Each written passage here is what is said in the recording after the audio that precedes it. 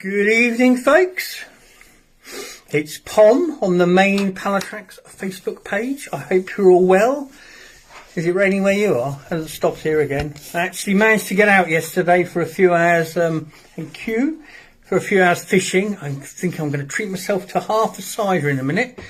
And managed to winkle one out, but God, it was miserable. Well, it didn't rain, but then I was determined to get out for a few hours today, even though it's my little baby boy, Charlie's 18th birthday. But yeah, I'm not sitting out in that filth. It was horrible. It's raining and windy and probably good fishing conditions, but too old. I'm waiting for the spring. It's what is it, 3 weeks, clocks go forward, so hopefully this is working, and the comments will come through. I always start off my live feeds like this because most of the time they don't. So, oh, there we go, Steve Bryan, you've made me a happy man. I hope you're well, Steve. Graham Young, welcome. Galen Yerix, Galen, we will talk about Galen later on. Him and Will be guesting the Sunday Slot show next week on the team page. Let me have a weekend off. Who else you got? Neil, how you doing? Ian, hope all is well at your end, mate. I take it the weather's nearly swore there. Shabby where everybody else is, or is anybody having sunshine and dreaming the dream? But hi Ben, welcome. So I've got a load of questions. I've got loads of stuff all around me, so you know it's going to go wrong. James, how you doing? Billy, good evening. No worries, Billy. Are you just kicking off, mate? Paul, good evening. Darren, Matthew Rice, all got home just in time. I've been streaming yesterday, Mr. Rice, doing your job. Hope you had a good weekend, mate. Richard, good evening. So what I'll do before, if you haven't been here before, every live feed up we have a little draw, and let me just say, Richard, Ian and Charlie, good evening my friends. So the draw tonight for this little prize, which is a load of the grips hooks in the long shank, plus, oh, hang on a second, plus some rigs, and last but not least, a pot of the new fly powder. That's not, no, I'll tell you what I'll do is I'll turn it round the other way and you'll see all my junk. Quite looks a bit spooky. Move that over there.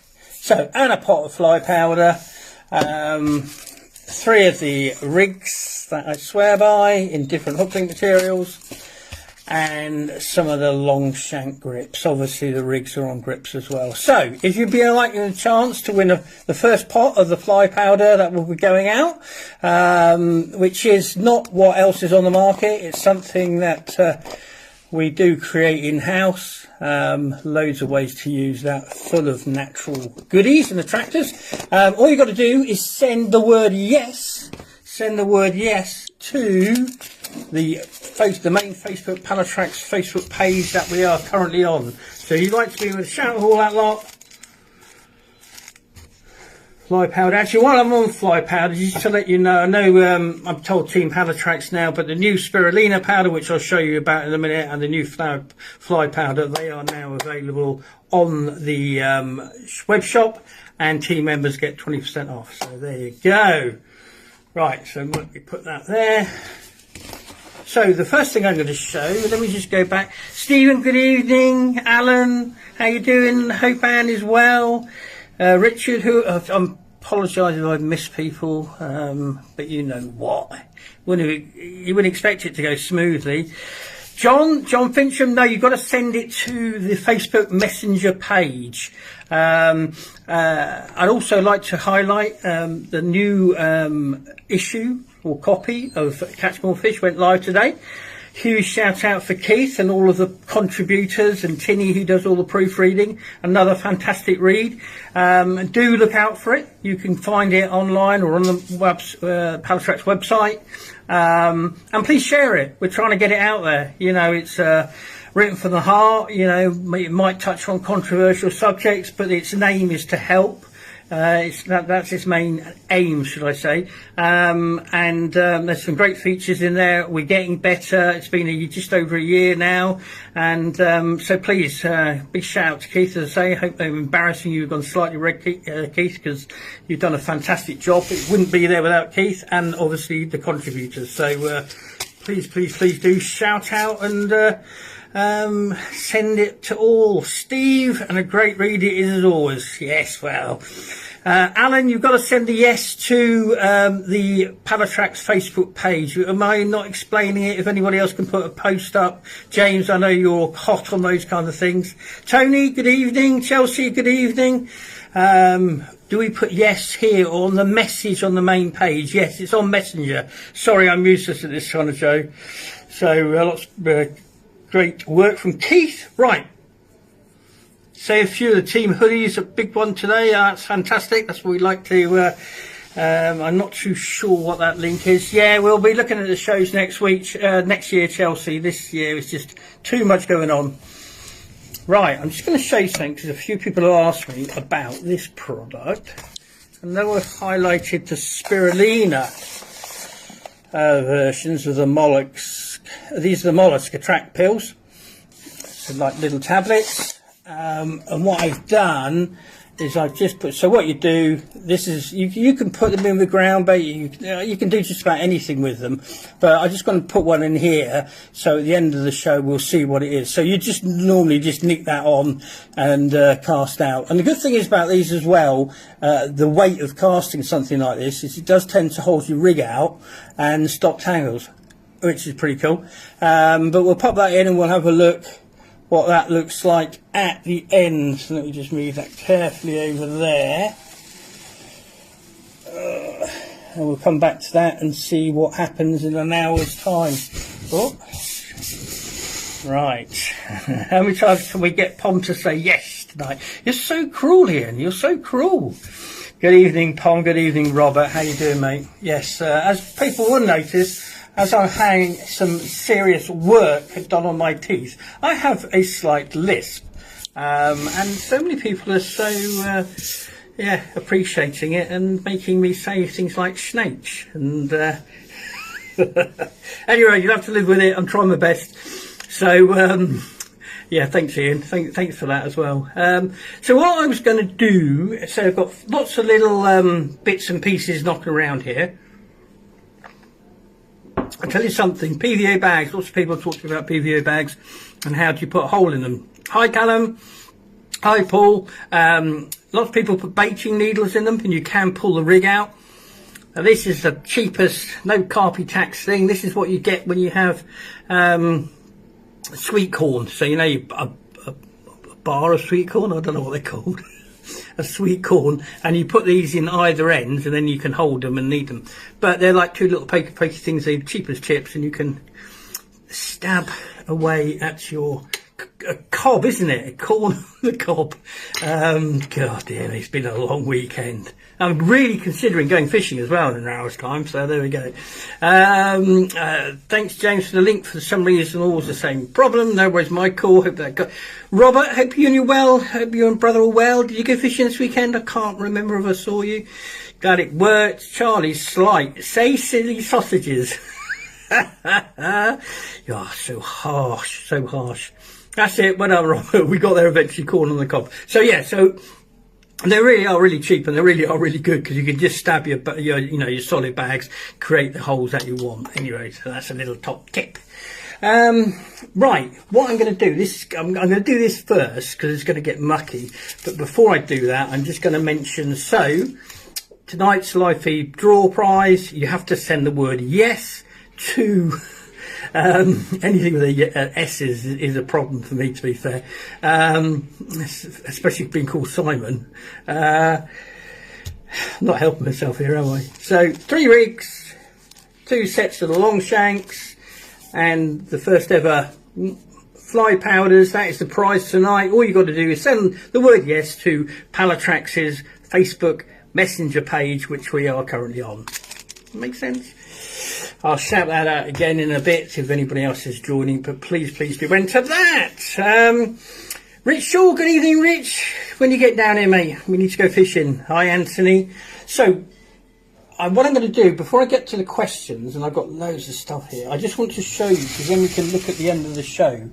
This is how, and to be quite honest, there was a question from Ian Brookman about, you know, some of the tactical approaches and what I was doing yesterday, and there probably isn't enough time to explain it all, but what I'll do with everything else, I'm going to do the questions tonight because I keep on never getting them. So what have I got? Right, let's turn this round. So what I'm going to do is just show you how I was fishing yesterday. Now, to be fair, we had didn't go up there for very long. I went off and did a little film around the fishery, and Tinny obviously has a license and she's more than capable of fishing. But as it always is, I was away filming down the bottom lake on Jacks, and Tinny had a fish and it dropped off, which was that's sad. So anyway, we got the rod back out, and I did manage to winkle, you know, an upper single, you know, really scaly fish. Tactic wise, it was cold, and nothing was showing. We've had nothing but rain here, so it's, you know, still pretty. I'm not trying to make excuses, but what I suppose I'm saying is the weather conditions weren't conducive, in my humble opinion, to catching fish. So any fish was going to be a bonus.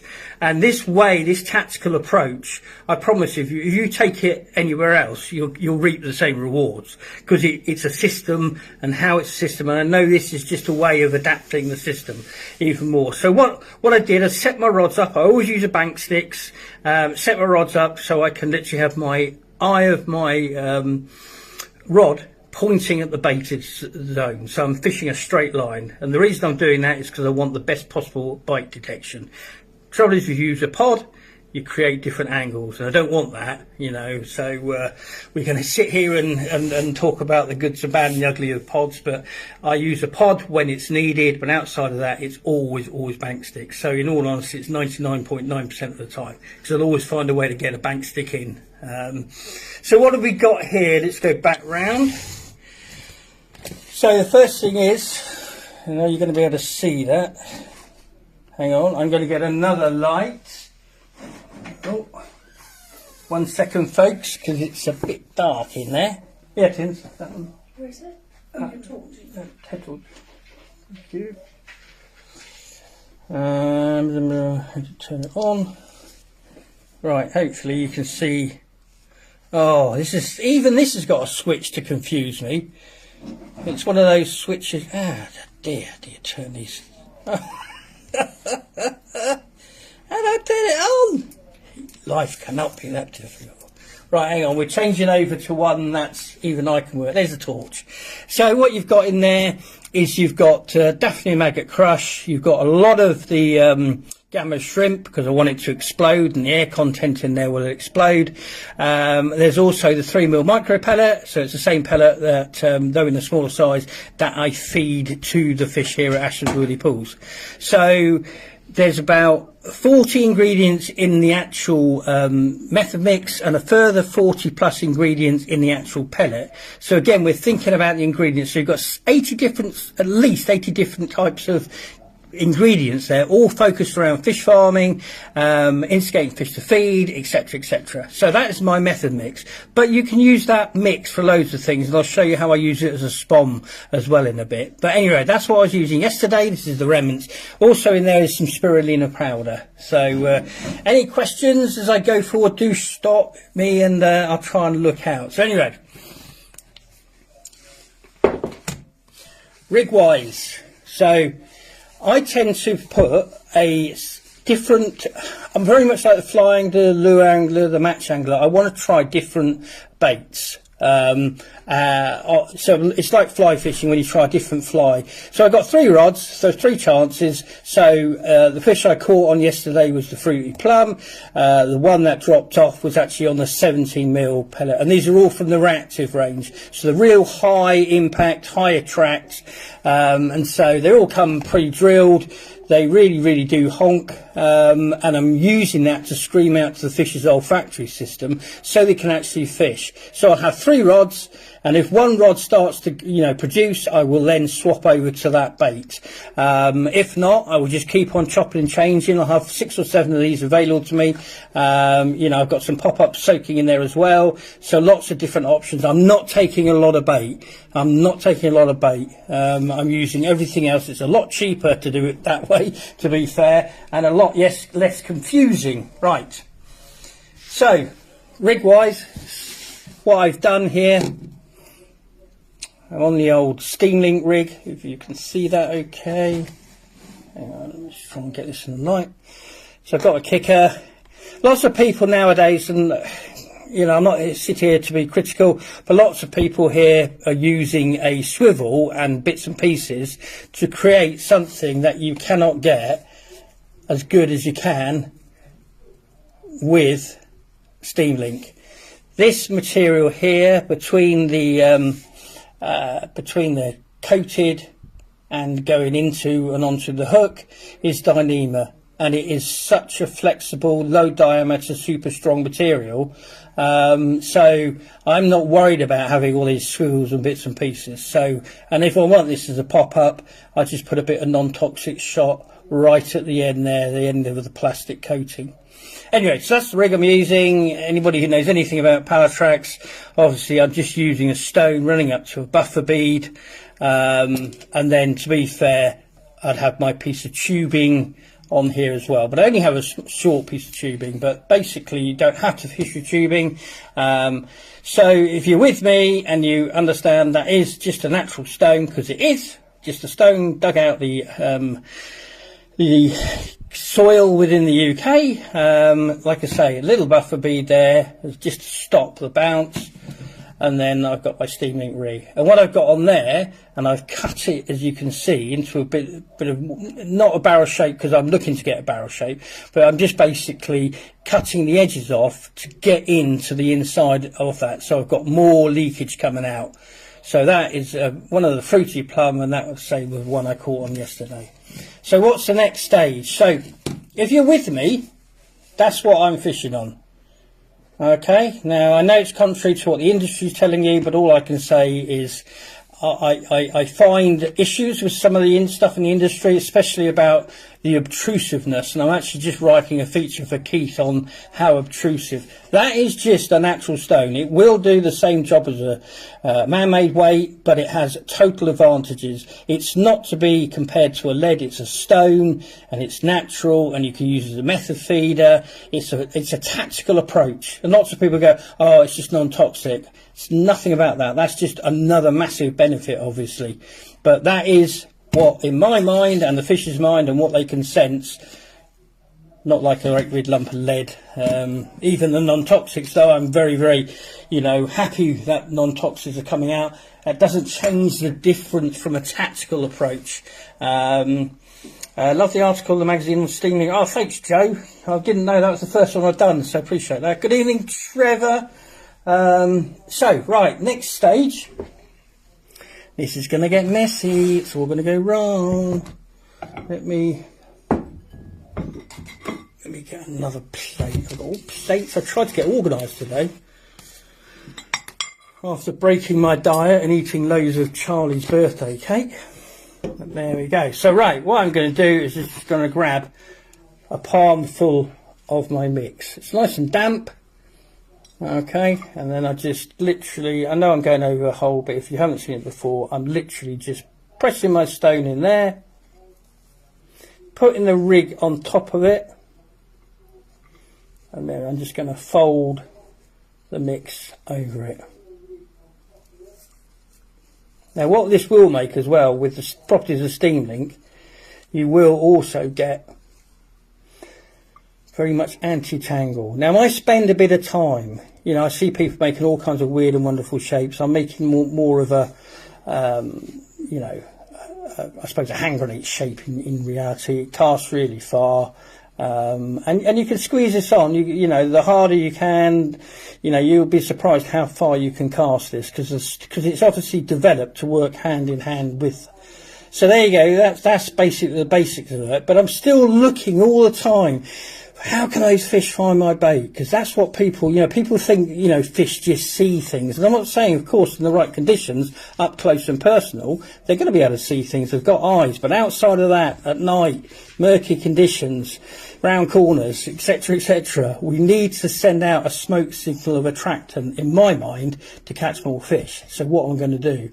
So I've already got some flavours in there, obviously, and also that is an HMV bait, so it's not just a synthetic bait, it's really high nutritional value, so it's got food signals. As I've said, there's 80 ingredients plus into this, and this is what people have said to me historically, well, the method doesn't work, and it's like, it's not, the method's just a name, it's what that method mix will be made of is going to be the crucial thing.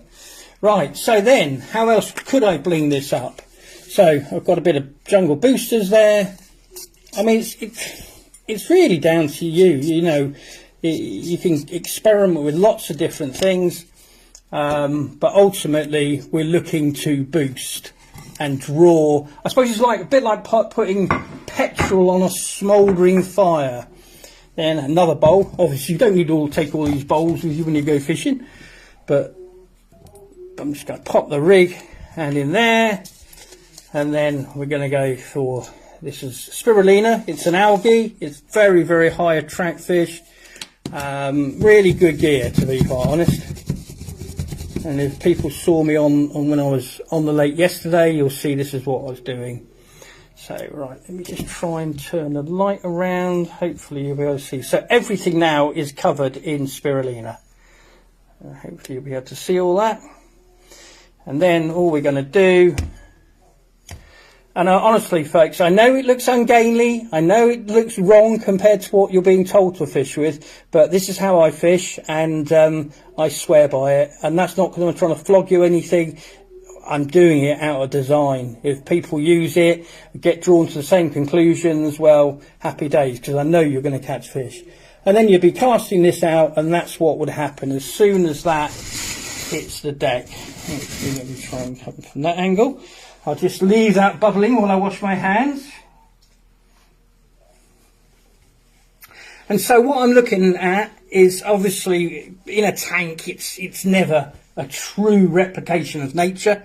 But the actual, what I'm trying to get it to do is just that. Let me just try and get in closer.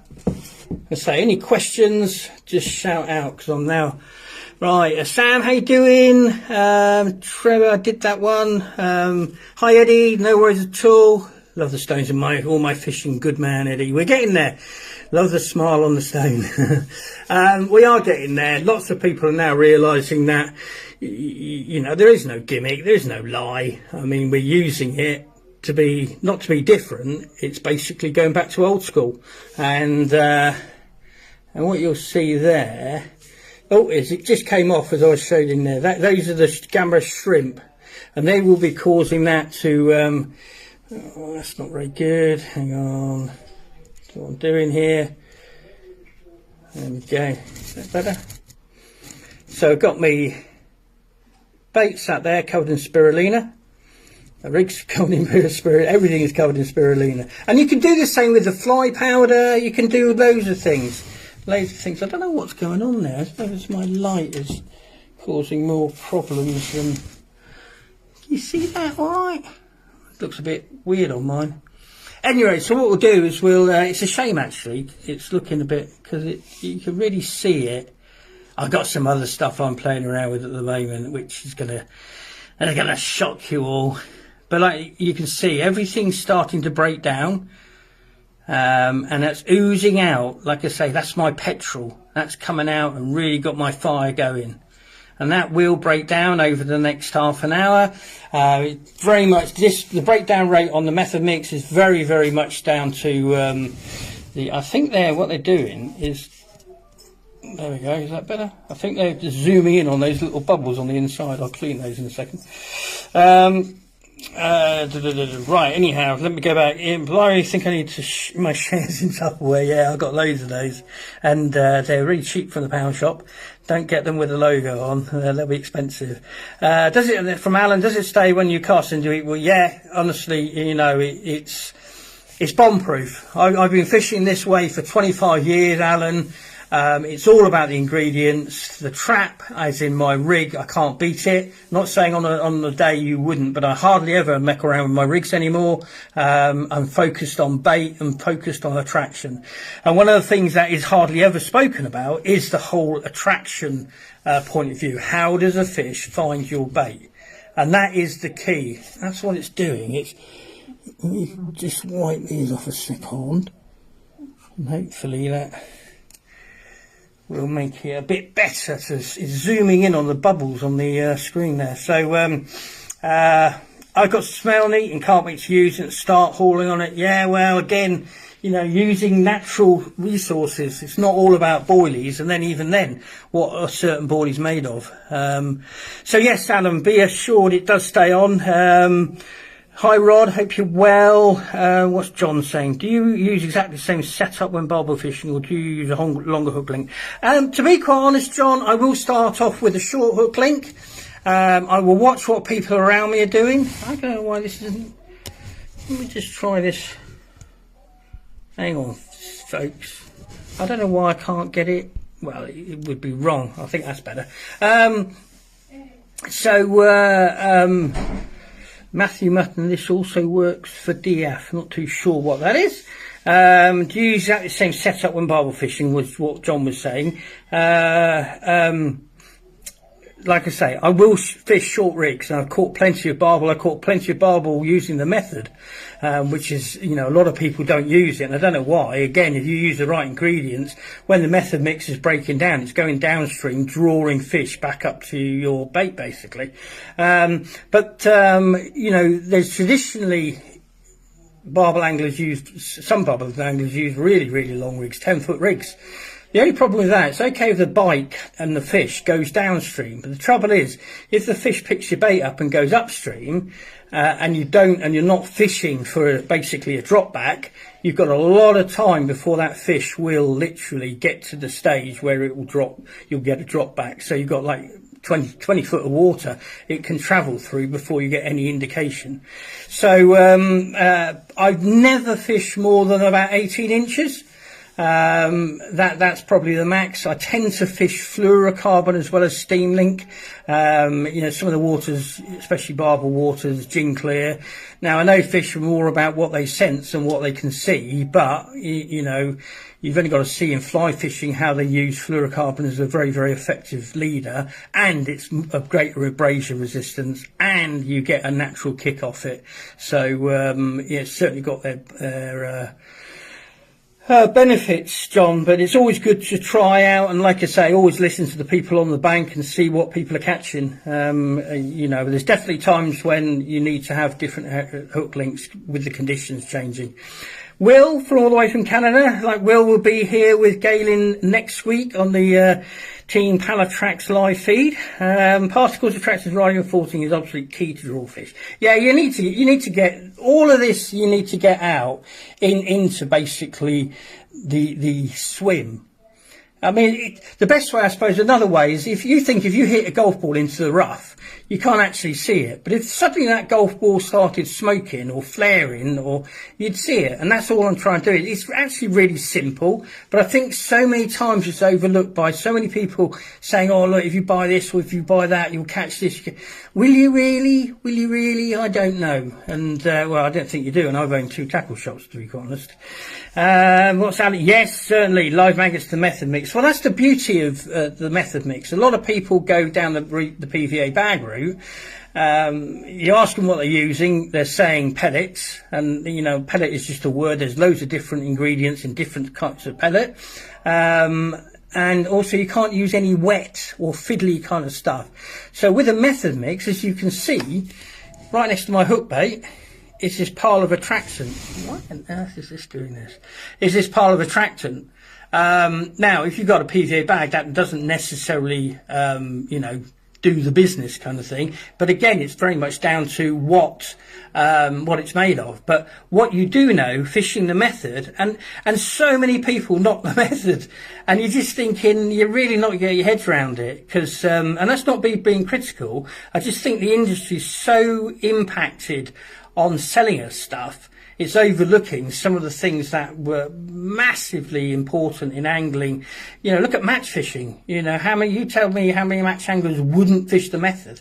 And it's basically because of that. Right next to your hook bait, you've got a pile of food, and the better the food is, and the higher attraction level, the more likely a fish is going to turn up, and hey ho, and off they go. So nothing difficult. You know, I think angling's become so stupidly complicated. So we know we've got all these attractors there, you can fiddle around, but at the end of the day, we know they all work. That's the main thing. That is the main thing. So any questions? Let me go back.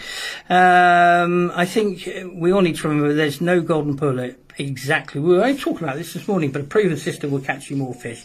And that is very, very true, what Ian says there. There is no holy grail. I think there is some things that are better than other things. I think there's a huge influence by the industry that covers some areas but doesn't cover other areas. I mean, I think visually you can see why that will work. So why aren't people talking about it more? You know, why do so many carp anglers, for example, dismiss?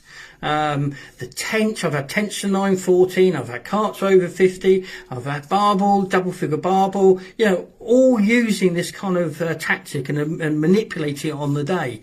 It's devastating, and it's easy, and it doesn't tangle.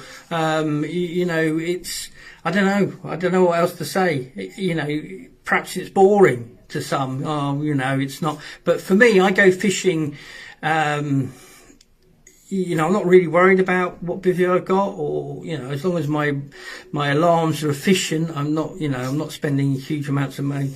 As long as they make beep when the line goes back or forward, I'm happy. But I emphasise so much on the deck, so much on the deck. Any recommendations for the range for targeting tench? Yeah, Alan, it's jungle. I've caught so many. Just trim them down. A couple of or single 10mm jungle pop-ups, really soaked in jungle juice, like the booster, like this stuff here. You know, I'll get a load of little hook baits, pop them in a little bag, give them a good old squirt of that, and because that's water-based, it will really ingress. But jungle with the method, you know, if you look at, I don't want to sound, you know, I fish for myself and hopefully to help others.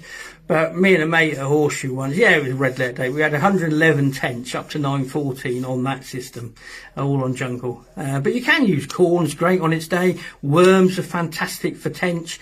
But, you know, basically that it's such a simple system because you just change. Well, it's like, you know, successful, I suppose, lure fishing. You know, you're going to change your depths, you're going to change your lure, but you don't actually change the real system of how you're going fishing. So I just adapt it on the day for different species. You know, I'll use that when I'm perch fishing. I'll have a big prawn on a bigger hook, like a size 2. I'll have a method mix around my small stone running. And the reason I'm doing that is I'm not trying to attract the perch, I'm trying to attract the silvers that the perch will then move in on. There's so many ways, if you're using the right ingredients, to actually then expect. If you're putting something out that you have no clue what it's made of, no clue what impact it's going to have. You know, people say to me, oh, I just, you know, spun out 10 key of bait. And you go, yeah, but what was it made of? And they go, well, it's bait. And it's like, yeah, but, you know, not all bait's equal kind of thing. So, anyhow, I'm missing some questions here. So yeah, Alan, get on the jungle. What's Cliff saying? I've used luncheon meat and barbed in PVA bags before. If you dip it in powders before loading it in, exactly. Will, you're so right. Cliff's so lucky. He's fishing lots of nice places this year. I think it's so ironic that historically European anglers frown down on specimen carp anglers in North America fishing with the method balls, albeit with grocery store bins, cream, corn. Oh, hang on. And yet all along we're smashing it up. Yeah, pack bait. They call it pack bait over in North America, and so they're literally packing it round. And so that's why they do it. And why does it catch more fish? Using the right ingredients, using the simplicity of it. The stone is obviously a huge advantage. You have to sit there and go, well, why wouldn't it work? I can give you lots of examples of things that are out there on the market now. Why, you know, why wouldn't they work? Or do they have potential flaws and things like that? I don't know how to fish better than that. And it's so simple, so unobtrusive. And you can, with all the things we do at Pallatrax, you can manipulate them on the day, and that's the key as well. But as long as you're using solid ingredients like the naturals and all the kind of things we're doing, ingredients with, you know, that really hold up, you can just expect to catch more fish. It's by design, if that makes sense. What's Jason? You won't worry me interrupting. I just can't stop talking, can I? Hi Simon, sorry to interrupt, but I've got a question about something completely different to what we're talking about. If you want, I will message you tomorrow, or maybe give you a call. Yeah, or just send me a message, or if it's a private thing, or if you want to share what it is you're thinking about, feel free to stick it up here. Hi Trevor. Thank you for my breakfast. Tell you why he was the best breakfast. Well, I'm not too sure what you're on about there, Trevor, but I'm sure you'll let me know. Wayne, good evening. Is that when you had Tinny's breakfast down here, perhaps? John Ward, watching the football, you sinner. Is it just me, or is the camera going flashy? No, I think it is me. Right, now, here's a little top tip. Spom. Now I do use the Spom quite frequently. Yeah, it's something to do with this camera. I don't know what I've done. Hang on, that's the wrong way. If you've not been here before, you'll know how bad I am. I've done something. Oh my lord. Oh dear me, it's gone all the way back to the top again. Right. So Jason, we did do. John, it's just me with the camera going flashing. Yeah, it's me. I'm saying, what would happen if you wrap the method mix around your hook bait instead of the stone? Would that equally work? Yeah, to be quite honest, it's not a bad shout. You can do both. You know, when I was over at the magnificent Top Cats recently, that's exactly what we're doing. So we're packing it onto the stone, and then we're packing it around the hook bait, and then hoofing it out. Now, what you've got to be very careful of, again, coming back to what the ingredients are over there, they're very much focused on a bit of pellet, but also bread. And so you've got a very quick, especially in the water temperatures over there, breakdown. Now, if you did it over here with, say, that, and hadn't considered, you could potentially end up with it actually initially covering the hook point, which is something you need to be aware of. But if you can manipulate it so you know when it gets out there, within a couple of minutes it's broken down, and your hook bait now is sitting in even more, isn't it? Even more goodies to draw the fish in. And one thing we mustn't forget is whatever we're putting out as freebies, we need it to be edible. You know, there's no point putting out freebies or a hook bait. Your hook bait's never edible if you think about it, not when you're hair rigging, because it's attached to the rig. But what you need to make sure, alongside the food signals that hook bait's giving off, that your method mix, as I'm doing here, is doing exactly the same job. Now, Spom, one of the few things that I think have made a huge difference in all my years in the industry to my angling. But the trouble is with a Spom, you can put in your level, okay, and if you're using particle or pellet, it can get stuck in here, but you only really get a level. Now I want to fill the whole thing up, so how do I do that? And what I'll do is, when I get to the banks, again, say a place like Horseshoe is really good, when I'm spomming into weed, and so I'm literally taking my mix and I'm creating it into, and you can do all kinds of things. This is just to show you. So this just for the hell of it, give it a bit more. So, and what you can do is you can make up 15. Why is it doing this? Oh, it does me head in. See, every time I move near the camera, it changes things, so bear with me.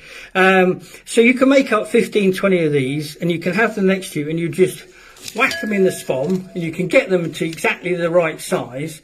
And you know now that you've creased, you know, I could make that bigger, couldn't I? And then close down, and you've basically got this coming out every time, and you see how it works. And when this drops down, you just got this big. I mean, I've seen stuff out there, you know, that people are putting in PVA bags, and you get this flash of colour, and then it's gone. This is somewhat different.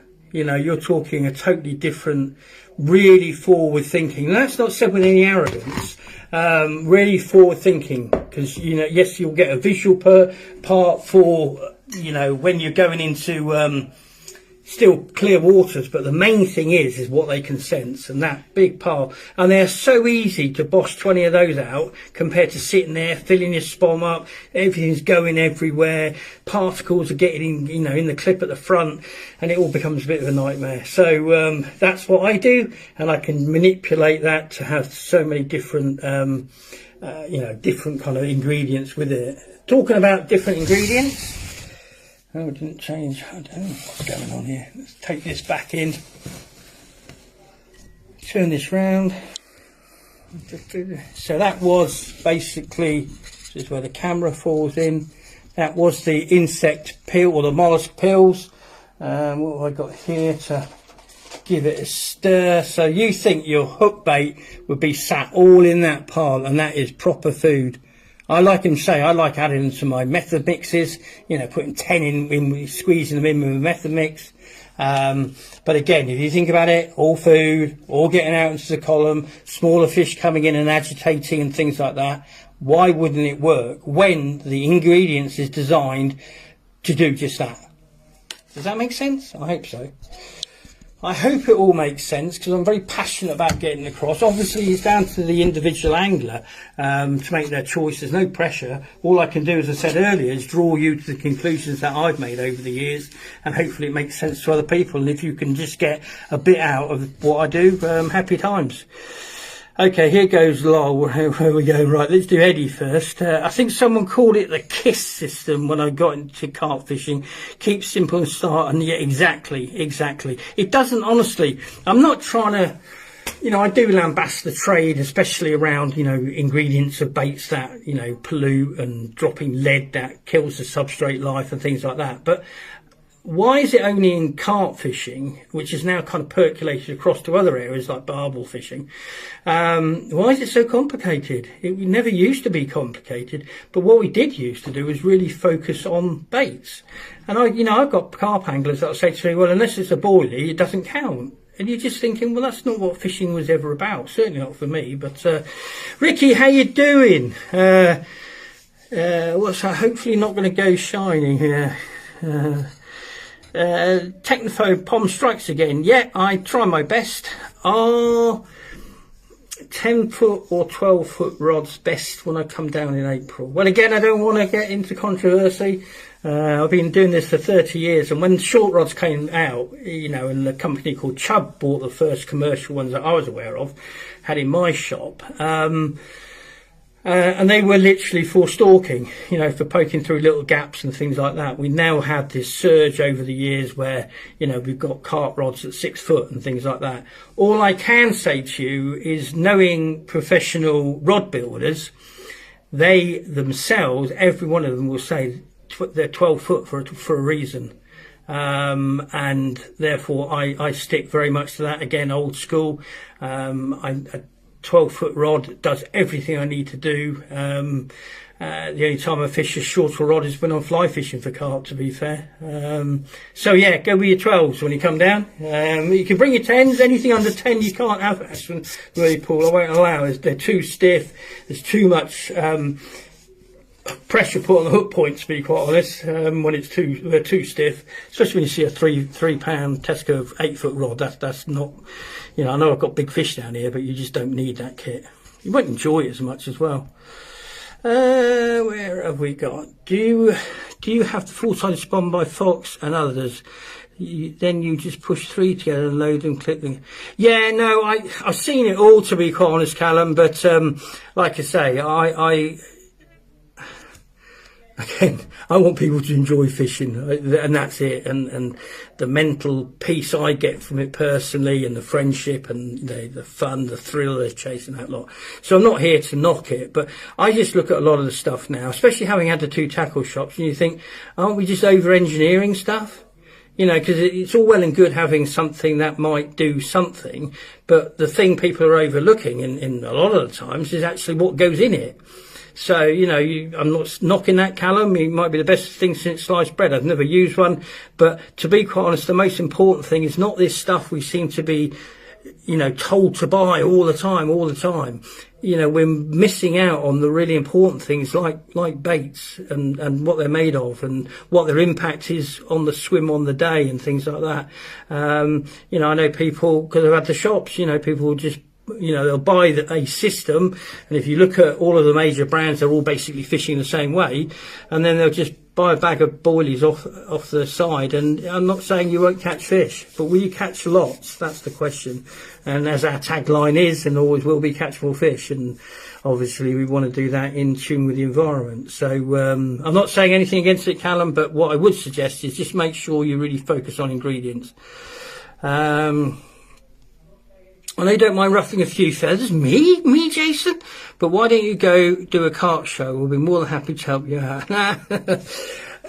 The trouble is, Jason, I mean, before social media, and even now, most people don't know who I am, and I'm just a nobody. I'm just another angler, to be quite honest. I'm just in what I believe is a privileged position where I can stand on my soapbox. And yeah, I do ruffle feathers, but only because I don't think you should be, using a toxic lead and then being told to drop it. Or, like I said earlier, baits made out, why would we be using halibut pellets in a coarse fish scenario when they're for a big flatfish? It doesn't make sense to me. So the fact is I ruffle feathers just because people don't like to hear the truth sometimes, do they? But in all honesty, I've done over 100 shows, and not a lot of people, again, know this. I mean, I did the second ever carp show. There was the Carp Society show. And then I did for those old enough, it's about 25 years ago, the Southwest Carp Show. I got Weymouth Borough Council to sponsor it. I got the pavilion free of charge, all kinds of stuff. I've been to shows, Las Vegas a couple of times. I've been to Poznan in Poland. Loads of, like Rich, who was on here, he's trogged around with me. I've done the Carp Society show. I still do the Carp Society show, the open air one in July the 11th. So come and see us there. But in all honesty, like I say, I've been knocking around this trade a long time, and I'm not saying I won't do shows again in the future, but at the moment, with everything else going on, I think it's a lot easier for me to speak, or draw people to the conclusions that I'm doing in a bigger way, through live feeds, being a good example, a magazine, through Team Pallatrax. Team Pallatrax is monitored every day. It's big, it's a busy Facebook site, and we can swap stories and help each other. But, like I say, lots of shows. Back in my day, there was just the Carp Society show. I decided to prove a bit of a point. I just did it the one year, and off the back of that, you then have 5 Lakes and all of these other shows like the big one. The one that actually was there initially, many of you probably will have known, was the NEC. The big one used to be the NEC in Birmingham. It was a brilliant show. But to be quite honest, it was gone the second year I was in the industry. It just went. You've now got, obviously, the new big one. But another trouble with shows is it's very difficult because you don't get, unless I've never been given the surprise the opportunity to talk on stage. So it's very difficult to speak to a lot of people at the same time when you're doing a stand, and it's kind of almost embarrassing if you see people waiting or people go away and then come back and you're still talking. And so I don't know if it's kind of the best thing, but it's certainly something that I would consider doing, especially abroad as much as at home, to be quite honest, because it's only now that we're really getting the word out. There's no hidden agenda, and there never was. We just wanted to improve our catch rates. How could we do it? These are the ways we do it. These are the reasons. I can explain to you why I fish on gamma line, why I'm fishing the system I'm fishing.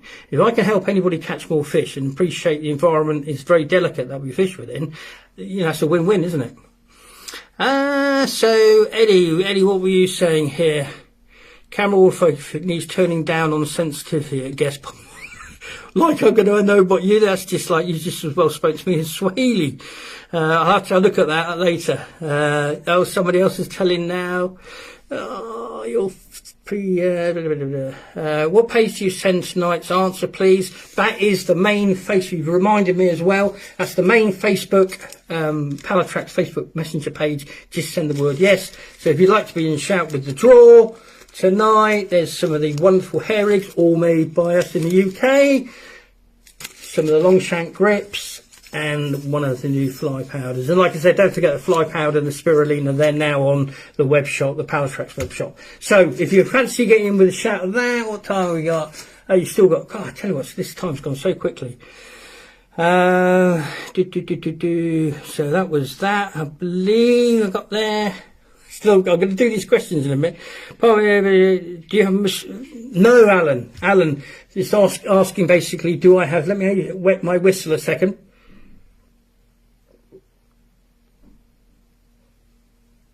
I do look forward to my Sunday evening cider. How sad. Cider, how sad. That doesn't sound good. Too many S's.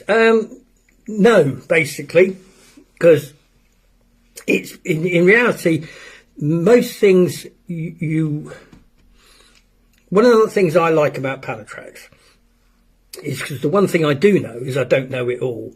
But what you have got with Pallatrax, you've got the ability to actually really use the correct ingredients that, you know, you couldn't really, for example, over flavour with spirulina powder.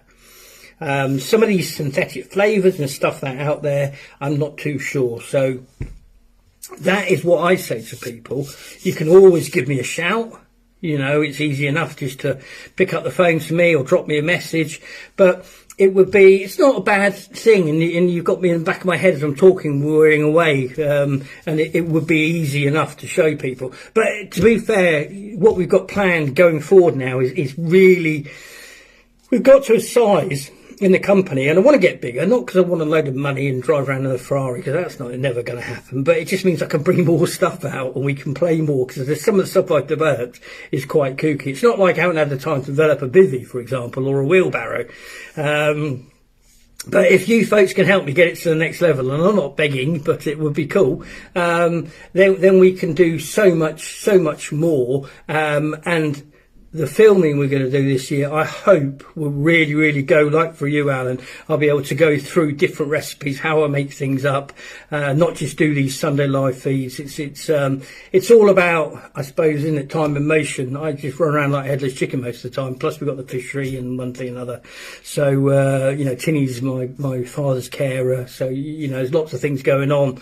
But me and Matt Matt and I have said, as with people like Julian, as with the core of Pallatrax as a group there, we're all going to do a lot more filming. It's not about, oh, look here, you must buy this. It's about, look, why did Pom, you know, start fishing with this? And I've been fishing with this for a long time. Spirulina, by the way. Oh, I don't know if you can see it or not. And all I can do is say, well, I can tell you exactly why. Whoops.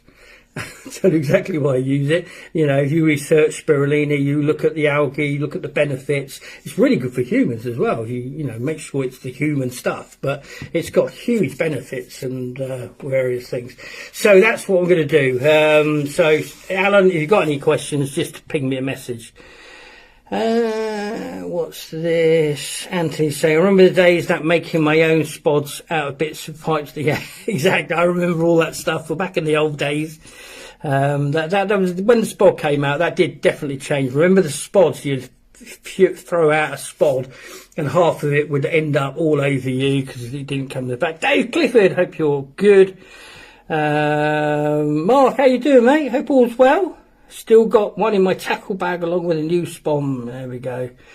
Jason, yeah, I love your attitude towards the industry. Well, like I say, I'm not here to... What I don't ever want to do is be controlled by things that I don't agree with. I don't think any of us should do that. And, you know, it's almost like I've got myself in a political situation where the industry doesn't want me to talk about the dangers of lead. You know, the fact that, you know, in the smelting problem, it's harmful to children. Do we really want to be doing things? And, you know, turn around straight away and say, oh, you're just trying to sell more stones. They don't know anything about me. They don't realise that we hand select the stones. They don't know or want to know that they're really expensive expensive to make compared to a lead, and they're not a lead, they're a stone. They do something fundamentally different. They're a tactical approach. So it has been a fight, but I think with Team Pallatrax and spreading our wings and more people being able to sit there and go, right, okay, this bloke is saying so much stuff that is so different. You know, I'm saying fish are stone, I'm saying fish are grips. These are real radical things. But people are going and they're saying, well, let's just look at the evidence. And that's what we're going to do now. We're just going to prove to people more and more why we're doing what we're doing and the reasons for. And without wanting to sound, you know, anything other than being honest, we catch a lot of fish, and we know why we catch a lot of fish, and it's because a lot of times we're not fishing the way we're being told. You know, whoever thought of slack lines as a mainstream approach to fishing, I'm sorry, they're wrong. You know, and we can prove that, and we will prove that going forward. And, you know, that's the main thing. So, Jason, I'm not trying to be nasty, or I'm not trying to knock fishing, far from it. I'm trying to tell everybody and anybody about fishing, but I think sometimes, you know, politics comes into play, things are happening around us that possibly you folks wouldn't know, but I've been in this trade for a long time. If you actually think about it, you know, I've really been in the trade a long time. You know, a lot of people that were there when I, you know, long gone, you know, moved on, passed away, unfortunately, or whatever. So I've been knocking around, and I've always been honest. You'll never catch me out in a lie. So, fingers crossed more people will kind of just all I'm asking people is just have a look at what we're doing, what we're saying, how we're doing it. And very quickly, one of the things that always comes back to me is when I have chats with people, you know, somebody will phone up and say, look, I'm in a real struggle, I'm not catching anything. They go through how they're fishing, and I would suggest various things. And as they put the phone down, they're saying, you know what, Pom, I'm actually excited to go fishing now because I'm actually doing something different. I'm not doing the same old, expecting a better result, and it doesn't happen. And so that is what I like, is the excitement and the enthusiasm Pallatrax brings to the party, and the fact that then people embrace it, understand it, fish it, catch loads of fish. And I honestly believe we can all sit here, okay, it's for me, I can say it's for me, we can all sit here and go, oh, well, if I blank, you know, it's not the worst thing in the world and things like that. I hate blanking. I love sitting out there. I love all the benefits, mental health, etc., etc. But it's sad that, and I do struggle with mental health. You know, when I was pensioned out of the police because of that. I was talking to a friend yesterday, and we were literally saying, you know, how it kind of really is cool for us to go. That's why I need to go fishing more. Yeah, it brings another dynamic. And who is saying, other than various influencers, that there shouldn't be another way of fishing, you know, and in reality we've just gone full circle, but really drilling down and emphasising on things. You only have to look at how the team is growing and show social media can be effective. Yeah, I'm not a great fan of social media when you see all the nastiness, and that's one of the reasons we started off Team Pallatrax, didn't we, Ian? You know, we've got a great big bunch of people there. We're all like-minded. We all want to help. We don't allow trolls or things like that. And I love the team. I mean, you know, when my head drops and then I see people posting and enjoying themselves and meeting other team members and then going fishing together, I mean, it's just, you know, surely it's what it's all about. John, you send the message through to the Facebook Messenger page here on this page. Does that make sense? I hope it does.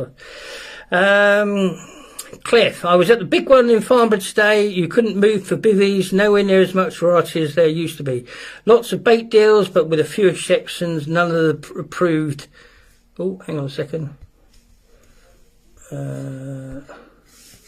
None of the approved food certificates on them. Well done to Sticky and Dynamite for having their certificates on theirs. Yeah. Well, again, a lot of people don't realise, Chris, that all bait, and if James is still here, he might be able to put some links up if he's got the time. But he certainly knows his stuff. But all bait should be animal feed regulated, and if it's not, you have to question what it's made of and why people won't register. It's not like it's a huge expense. It's a bit, the buggery factor takes a bit. Unfortunately, Tinny's clever, so she did it for us years ago. But why would anybody want to make stuff out of ingredients that aren't regulated and conform? Yes, can't get your rods in a fry. Oh no, definitely not my cup of tea. I have a dream. And it's for the benefit of fishing. If I ever got any money, I'm getting old now, aren't I? So basically, Anthony's agreeing with Cliff. Alan saying you have quite a following in the tench fishers. Ever thought of doing a talk at one of their NGMs? Again, Alan, I did. Well, I was very, very involved with the tench fishers back in the day. And I did actually do a talk at their AGM, and I'm more than happy to do another talk at their AGM.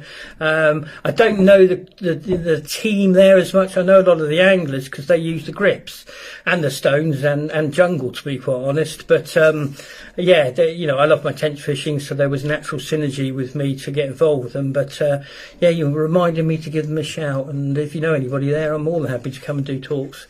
More than happy. Hi Chris, how you doing? Viva the revolution, exactly. I think you have a large following of like-minded anglers behind you. I hope so, Tony. And it's not about being behind me; it's we're all together, kind of thing. It's doing that thing, isn't it? Let me move it back here. This is never meant to be about me. Sometimes, it's quite a difficult situation being with me. You wouldn't believe the amount of hate I've had, especially around lead weights, and me just coming out with the facts, and the industry bombarding me from left, right, and centre. But I've hung in there, as has Tinny, as has some very other good friends, Rich Shaw, people like that have been, involved in Pallatrax for years. Lots of newer people who have come on board in the last 4 or 5 years. And I'm feel I'm very fortunate, and I think the sport's fortunate as well, because as we go forward, we're never going to change tact. We're just going to keep on saying, look, let's use the best. Let's look after the environment. What happens if a certain bait that's out there, and don't get me wrong, I know there's loads of good bait companies, like James was saying, Dynamite, Sticky, etc., DNA. But what happens if there is a bait that goes into a water that has got some serious issues to the ingredient profile of it and actually kills that water? I mean, that would be shocking, wouldn't it? And I believe these do happen, to be quite honest. Right, I'm going to just get, when's Tinny? Sorry about Tinny's coleslaw. Where was that? When's Tinny's coleslaw going to be a Pallatrax? Nah, it's never go and get on there. It'd be too expensive. If you just give us a shout, Mark, and we can hook up off that, mate. No problem at all. Right, where are we going? You missed the questions again, Pom. Oh, right, yes, these questions. Right, what time is it? Well, if you're happy, I'm happy to go on for another 10 minutes or so. And we've got to do the prize as well to draw. So, Eddie, it's nearly 10 years since I joined the team, and over those years we've had some real ding-dongs with using different approaches to fishing, and many people just slate us without trying something different. Yeah, unfortunately, Eddie, that is life, I suppose, isn't it? Well, as soon as you come up and with ideas that go against the kind of the modern narrative, there's a degree of people out there fishing. And I think one of the things is you've got all of these influencers out there, and the only one who I class as, I suppose, a mainstream influencer is Julian Chisley, who's involved with Pallatrax now. But you think of all these other influencers, not one of them will use a Pallatrax product. And you have to question why. I believe for myself that I fish at a very high level. I know why I fish on stones. I know I develop steam link. I know why. Why aren't any of them? I know some who are, but they don't admit it. But why wouldn't they want to be fishing with a natural stone? Or, if you're fishing barbless, why wouldn't you want to be fishing grips? Because they're patently better than the barbless hook. So I think those kind of things really do show that we've challenged the norm, and we're getting there. And that's, to be honest, down to you folks. Anthony. Ian Brookman, as we know, fish don't see as we do, but they sense their environment.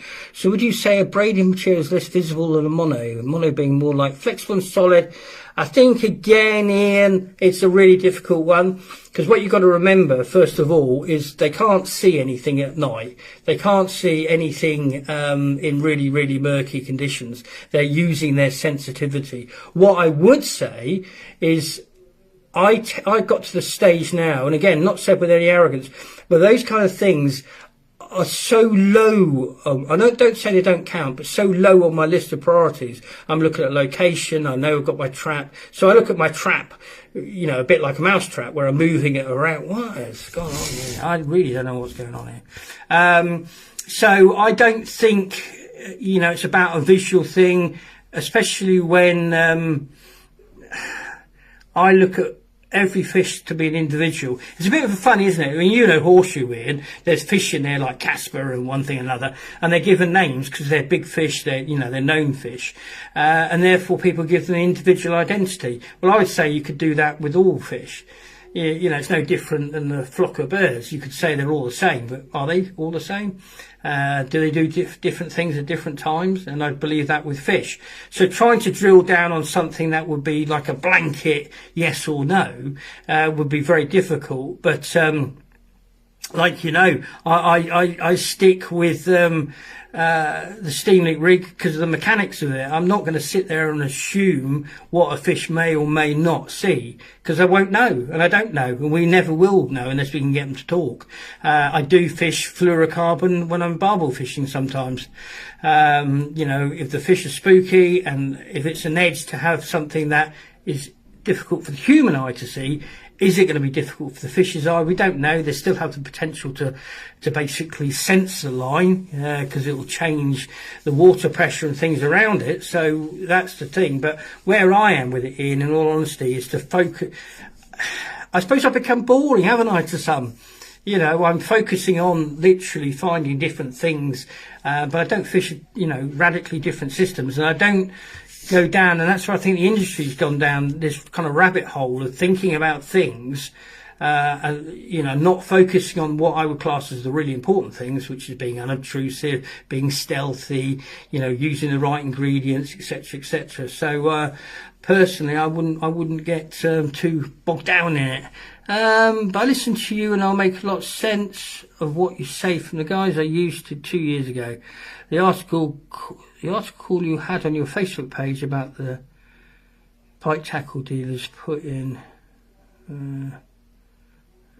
I'm not too sure what you're saying now. I can't see it very well. I do apologise, John. No doubt you'll message me. I bought a kettle at the big one just to do my steam link rigs. Good man, Anthony. Good man. It is.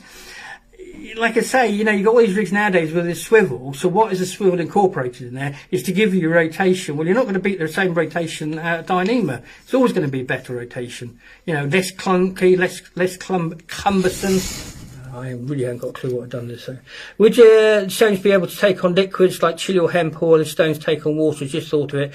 Yes, Ben, they will take on a flavour, but it has to be a water-based flavour. If you're going to use an oil-based carrier, or like hemp, which is an oil, but it's got its own natural oil base, it'll just sit on the side and disappear. What we do is we get the boosters. The boosters are really, really high in in flavour level, and you can just literally get some of this, add it into we kind of use like these little pots, pour some of this into it, then put some more water on, and then they will stain with your flavour. You'll find lots of the folks who fish Pallatrax flavour their stones. Again, you get this kind of attitude, which again is frustrating. People will come out and go, "Oh, the fish will eat your stone," and it's like, nah, don't work like that. We're using it. There's so many assumptions are made with when it comes to innovation, and that's not being arrogant. Again, we're trying to innovate, we're trying to make things better. Why? It's like when people say you can't cast a stone, it's like you're not thinking about why we're using stones, and the fact is you can cast a stone as well. Just cast the right shape one. If you want to use a flat one, use that for on the bank, on a drop off or in a river or something like that. But there we go. On the note of fishing sing rigs, look at Matthew Collins' £50 mono rig. I'd rather not. It all comes down to confidence. It all comes down to confidence. Easy to overthink things. Yeah, without a shadow of doubt. But the trouble is the industry is making people overthink. And because they're all saying the same thing, people are accepting it as true. And I've just gone past that kind of spot. Reactive range pellets in hemp oil last a good 7 hours at the time of year. Just thought people will know. Yeah, exactly. That hemp oil really will. The fish tin he lost yesterday, and she had a bit of an occurrence as well, was on those hemp pellets. So the reactive, I haven't got any here, the reactive range hemp pellets. So yeah, and again, everything's individually drilled and lots of different things going on. Right, anyhow, are you getting more crustacean boilies? That's from Giovanni. The score with the crustacean boilies, Giovanni, is that it's a team Pallatrax exclusive, and you just need to phone the office, and as long as I got enough orders, I'll make it. It's that thing. We don't hold it in stock. We make it fresh like we do with all our baits, to be fair. So yes, it's just about literally getting a group together so there's enough that justifies we put the machines on, to be quite honest. And I do it in an evening for the team. Paul's asking, do you think it's an advantage to cook spod mix in rainwater rather than tap water? Again, I suppose there's two ways of looking at it. One is yes, it makes more sense because of the chemicals in water like fluoride and things like that.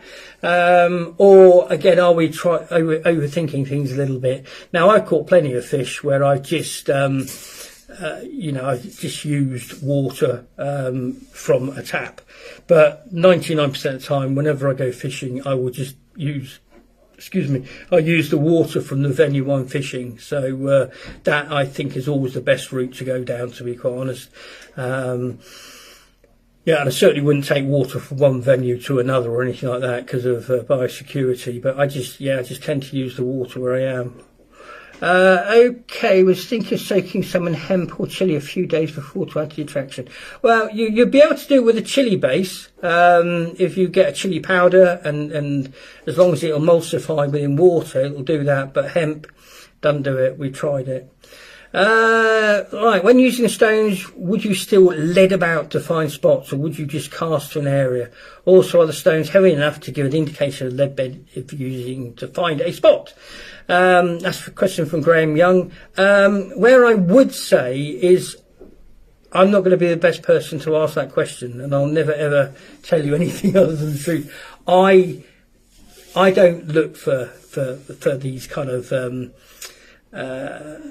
I don't know, hard patches. I've done quite a lot of diving, and over the years, you think, oh, there's a big silt patch out there, and you go out there, there's no silt whatsoever, or you go out there thinking it's a hard patch and it's actually soft silt and things like that. I always aim to where the fish are, and there's fish in the middle of the weed, and as long as it's not stupid weed and it's dangerous to fish, I just fish into the weed. And what I will say, Horseshoe taught me this. I don't know if you ever know the carp starting water at Lechlade, fantastic water, lots of memories there. You've got these clear patches in the weed, and everybody's aiming for these clear patches, and consequently they're there for catch off of these clear patches. My problem with that is those clear patches don't have any form of life on there. You don't see fish. You might see a fish flit over them, but you don't see them sitting. They tend to sit in the weed, and the reason they're sitting in the weed is because that's where all the grubbins is. It's like, would you sit in an open field or in a forest? It's that kind of thing. All the food's in the forest. I'm not saying you wouldn't run across an open field. Whether this is a good analogy or not, I don't know. But so yeah, I'm always aiming to where the fish are. Fish the system as I and if I'm fishing and suddenly a fish shows somewhere else, if it's another part of the water I'm on, I'll be moving. If it's within my swim but not where I'm fishing, I just reel in and cast literally at the spot where it's shown at. But for me, it's all about where the fish are, not about sitting there and making assumptions that, I need to fish on a clear patch, I need to fish on a bit of gravel. But that's just me personally. You have other people saying other things, but for me, I'd rather spend more time finding the fish and fishing to fish than actually setting up a trap, believing that the area is stripped of grubbins and food. That's why there's nothing there, basically, is there? So right, folks, I'm going to do now, before I'm going to have to clean this mess up. Before I disappear, we're going to do a couple of things. Firstly, this will be, let me turn this round.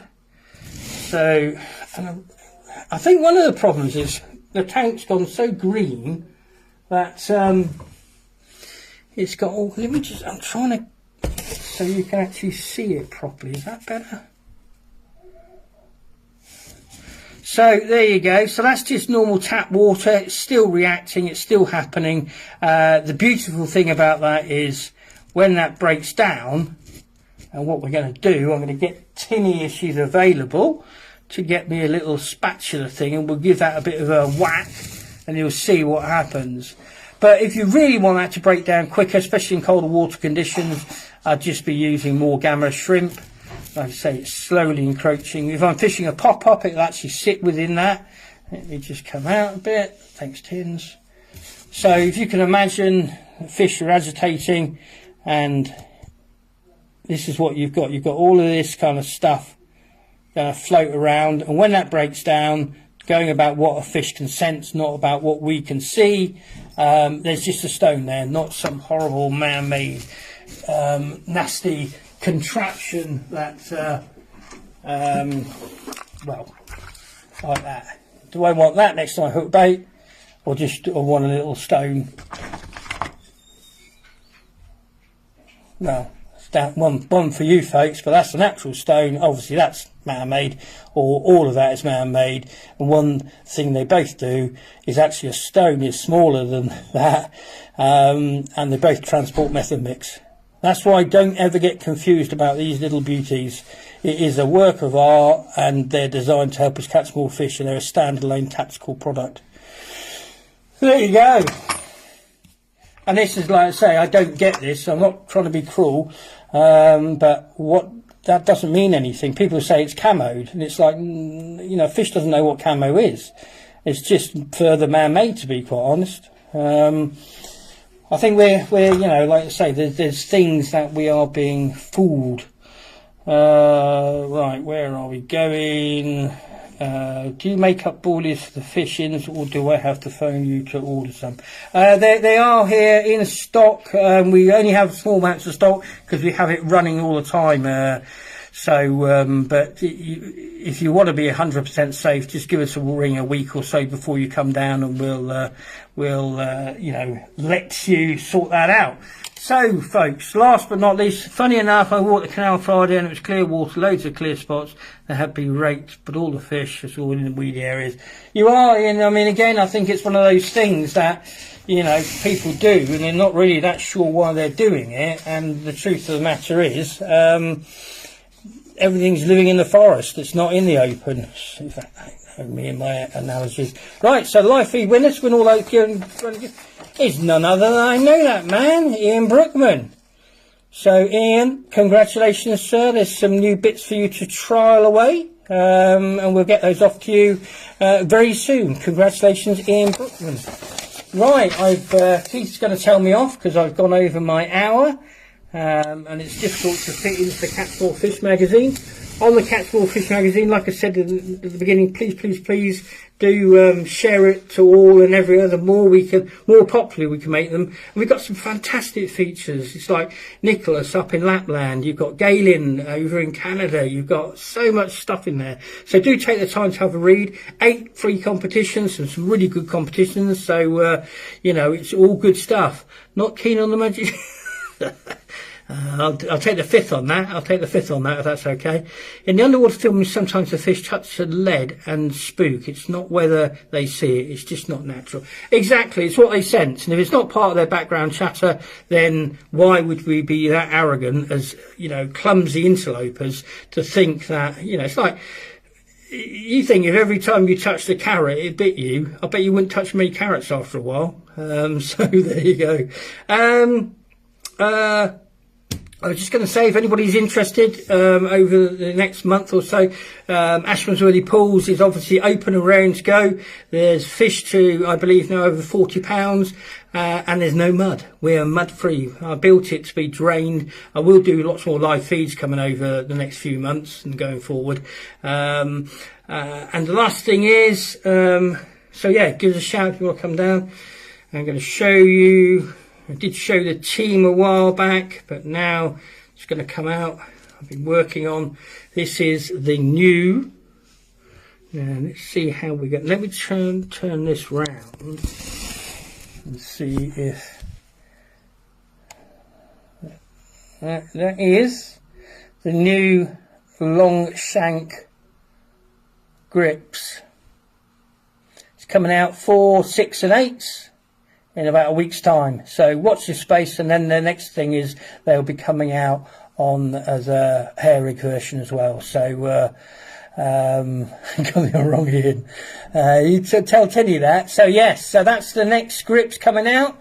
It's a really good pattern, and very effective with the intern eye as well. So that is coming out in the next week. There's loads more new products coming out over the next month, few months. I bring them out when they're ready, not once a year kind of thing. So there you go. There we go. But yes, so these will be out. I think it's just over a week's time. They're now in the country. We'll get them made for us in Japan with the grips, with the cutting point. I don't know if you can see the cutting point. That's what makes it so durable. I don't believe in this one fish, one hook. I think that's outrageous. But there we go. There we go. Right, folks. You've kept me company for well over an hour. I hope there's a few gems in there. Everything's a mess as always. Well done, Ian. I will get that sorted for you. Any questions about tonight or anything else? I'm always on Messenger, or you can phone the office. And yeah, thanks ever so much for keeping me company again. Next week, you'll have Galen and you'll have Will here all the way from snowy Canada. And it is snowy over there, talking to them. And then I'll be back here on the main Pallatrax Facebook page in 2 weeks' time. What I will say is do watch out now. I'm going to be doing lots of lives around the fishery, showing you how I design the fishery, talking about the tactics, showing how to put them together. And yeah, like I say, just keep on spreading the word, folks. It's massively appreciated, because I do really feel we're getting somewhere. People are starting to question the narrative. They're not catching enough fish. And more and more people are rightly questioning. And what we do know is we're doing this all for the right reasons. So I'm out of here. You look after yourselves, best of your families, and roll on spring. It's not long now. Take care. Good night.